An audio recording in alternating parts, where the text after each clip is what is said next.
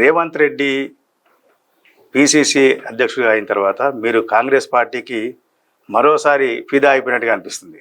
అంటే గతంలో మీరు బీజేపీకి వెళ్తారు, లేకపోతే ఒక పక్క చూపులు చూస్తున్నానని కొంత ఉన్నప్పటికీ ఇప్పుడు మొత్తంగా రేవంత్ నాయకత్వాన్ని పూర్తి స్థాయిలో బలపరిచి సీనియర్లను కూడా మీరు ఒకసారి సహకరించండి, అధికారం తీసుకొద్దామంటున్నారు. అంటే ఎందుకు మీరు రేవంత్ అంటే ఎందుకు మీకు ఆ అభిప్రాయం ఎందుకు వచ్చింది? ఓకే, మీకు క్లారిఫికేషన్ ఇస్తా. స్ట్రైట్ కాంగ్రెస్లోనే ఉన్నా, కాంగ్రెస్లోనే ఉంటా.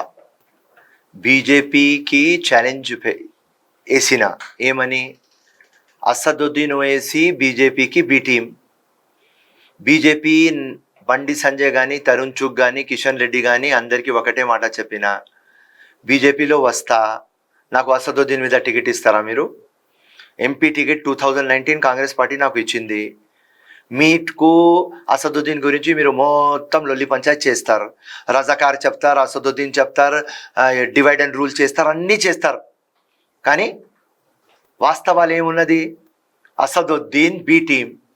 సో ఒకవేళ మీకు ధైర్యం ఉంటే నాకు అసదుద్దీన్ మీద టికెట్.